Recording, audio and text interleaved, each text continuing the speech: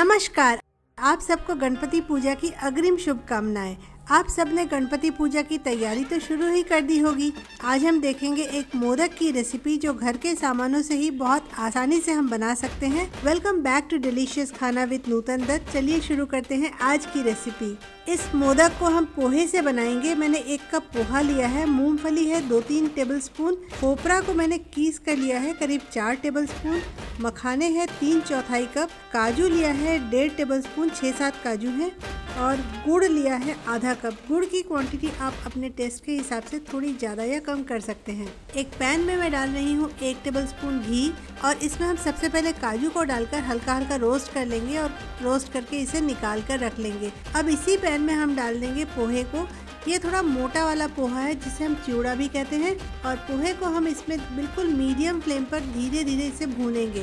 Basically पोहे को हमें crisp बनाना है ताकि इसे हम पीस पाएँ, तो इसे हम मीडियम फ्लेम पर भूनेंगे। करीब 4-5 मिनट का समय लगता है, उससे ज़्यादा नहीं, और बहुत जल्दी ये क्रिस्प हो जाता है। लेकिन फ्लेम आप बिल्कुल भी मत बढ़ाइएगा, ज़्यादा फ्लेम हाई कर देंगे तो ये जल सकते हैं। तो बिल्कुल मीडियम टू लो फ्लेम पे इसे हम धीरे धीरे रोस्ट कर लेंगे और उसके बाद इसे हम निकाल कर रख देंगे। अब इसी पैन में मैं मूंगफली को डाल दे रही हूँ और मूंगफली को भी हम थोड़ा थोड़ा सेक लेंगे। 2-3 मिनट में मूंगफली भी बहुत अच्छे से सीख जाते हैं। इसके बाद इसे हम उतार कर रख लेंगे और आखिरी में पैन में हम मखाने को डाल देंगे। मखाने से एक तो टेस्ट भी बहुत अच्छा हो जाता है और न्यूट्रिशन वैल्यू भी इसका काफ़ी बढ़ जाता है। मखाने को हम इस पैन में 2-3 मिनट तक ड्राई रोस्ट करेंगे और इसके बाद इसे भी हम उतार कर रख लेते हैं। और पैन हमारा गर्म है। अब इसमें हम पिसे हुए नारियल को डालकर रख देंगे। नारियल को डालकर आपको बिल्कुल भी गैस में रोस्ट नहीं करना है, सिर्फ गरम पैन में इसे आपको डालकर रख देना है। बीच बीच में 1-2 बार चला दीजिए। तो इस प्लेट में मैंने रोस्ट किया हुआ चिवड़ा को रखा है और साथ ही मखाना रखा है। इसे हमें कितना रोस्ट करना है मैं यहाँ आपको दिखा रही हूँ। चिवड़ा को अगर हम हाथ से इस तरीके से तोड़ेंगे तो बहुत आसानी से क्रिस्पी बन गए हैं, टूट जाएंगे। और वैसे ही मखाने को भी जैसे हम हाथों से तोड़ेंगे तो मखाने भी बहुत आसानी से टूट जाएंगे। तो हमें इसे इतना ही क्रिस्प बनाना है। और मूंगफली चूँकि अभी गर्म है तो इसे हम एक कपड़े में डालकर थोड़ा रगड़ लेते हैं ताकि इसका छिलका निकल जाए। छिलका ना भी निकालें तो कोई प्रॉब्लम नहीं, लेकिन निकाल भी सकते हैं। तो इसका हमने छिलका निकाल लिया है। और अब एक मिक्सी का पॉट लेंगे और इसमें हम फ्राई किए हुए पोहे को पहले डालेंगे और उसके बाद मखाने को डालेंगे, फ्राई किए हुए काजू को डालेंगे, मूंगफली को डालेंगे और साथ ही जो किसा हुआ खोपरा हमने गरम करके रखा था उसे भी डाल देंगे। इन सारी चीज़ों को मिक्सी में हम थोड़ा सा पीस लेंगे। मिक्सी एकदम कंटिन्यूस बहुत लंबा मत चलाइएगा, बीच बीच में बंद करते हुए इसे चलाइएगा। वैसे कोई दिक्कत नहीं आती है क्योंकि काजू और मूंगफली तेल रिलीज़ करता है, लेकिन इसमें साथ ही पोहा है तो उस तेल को पोहा एब्जॉर्ब कर लेगा। तो पीसने में से कोई बहुत ज़्यादा दिक्कत नहीं आती है, पर हम इसे थोड़ा रोक रोक कर पीस लेंगे। तो ये हमारे सारे इंग्रेडिएंट्स पीस चुके हैं। अब इसी में हम गुड़ को डाल देंगे।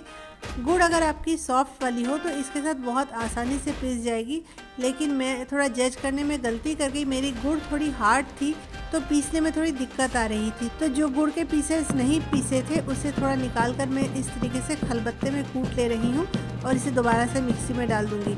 और इन सारी चीज़ों को हम एक बार और अच्छे से ब्लेंड कर लेंगे। तो सारा हमारा ये मटेरियल जो पीस गया है इसे अब एक प्लेट में निकाल लेते हैं। लेकिन इस मोदक को बनाने के लिए हमने घी का प्रयोग बहुत ही कम किया है, तो हमें इस पर बाइंडिंग देने के लिए कुछ ऐड करना पड़ेगा।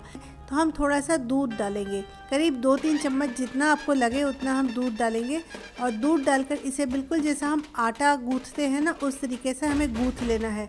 और मान लीजिए आपने दूध डाला और दूध ज़्यादा हो गया तो इसे आप एक बार फिर से पैन में डालकर पका लीजिए और आपको बिल्कुल डो जैसा बनता है ना वैसा ही आपको बनाना है। तो ये हमारा डो तैयार हो गया। इसमें थोड़ा सा मैं कलर डाल रही हूँ। ये ऑर्गेनिक फूड कलर है, बिल्कुल भी हार्मफुल नहीं है, लेकिन फिर भी कलर डालना पूरी तरह से ऑप्शनल है। अगर आपको पसंद हो तो आप डालें, ना पसंद हो तो आप छोड़ भी सकते हैं। और कलर डाल के इसे एक बार अच्छे से मिला लेते हैं और मोदक के इस सांचे में हम इस मिक्सचर को भरेंगे और मोदक का शेप देकर इसे हम निकाल लेंगे। तो तैयार हो गए हमारी बहुत ही डिलीशियस से मोदक। तो आप भी इस मोदक की रेसिपी को ज़रूर ट्राई करना और फिर मैं लेकर आऊँगी अपना एक नया अफसाना। तब तक आप मुस्कुराना, हंसना और हंसाना, ज़िंदगी को खूबसूरत बनाना।